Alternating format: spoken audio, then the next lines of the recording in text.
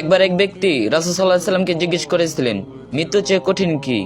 এর প্রশ্ন আমাদের সবাইকে এক মুহূর্ত থামিয়ে দেয়, কারণ মৃত্যু আমাদের কাছে তো সেটাই শেষ মনে হয়।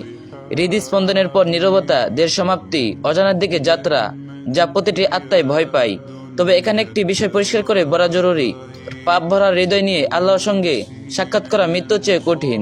এ বাক্যটি হাদিসের সরাসরি শব্দ হিসেবে মুসনাদে আহমদ বা অন্যান্য সহিহ কিতাবে এ নির্দিষ্ট রূপে বর্ণিত নেই।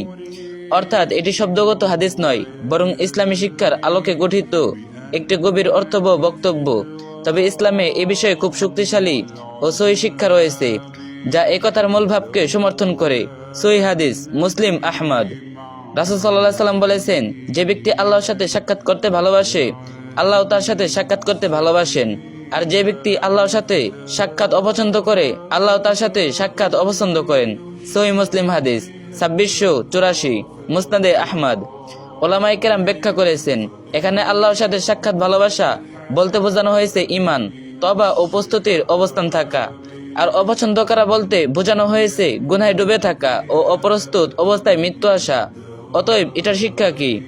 মৃত্যু শুধু দেহের সমাপ্তি, কিন্তু হৃদয়ের অবস্থা নির্ধারণ করে আল্লাহর সামনে দাঁড়ানো হবে শান্তি নিয়ে নাকি ভয় ও অনুতাপ নিয়ে।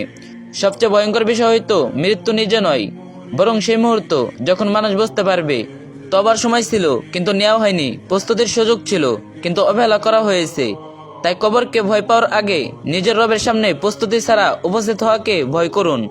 প্রতিটি শ্বাসকে তবার সুযোগ বানান, প্রতিটি অস্ত্রকে দোয়ার ভাষা দিন, কারণ শান্তির সাথে আল্লাহর সাক্ষাৎ তা মৃত্যুর পরে সবচেয়ে বড় নিয়ামত। রেফারেন্স: উল্লেখিত বাক্যটি সরাসরি হাদিস হিসেবে প্রমাণিত নয়।